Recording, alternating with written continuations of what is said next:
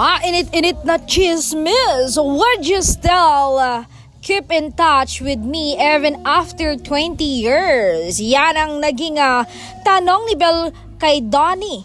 Hirit ni Donnie, oo naman kasi asawa na kita noon. Baka may mga anak na tayo eh. Baka mga isa o dalawa na talagang natameme ang mga Marites at si Bel Mariano. Dagdag pa nga hirit ng aktor, oo nga, seryoso ako sa sinasabi ko.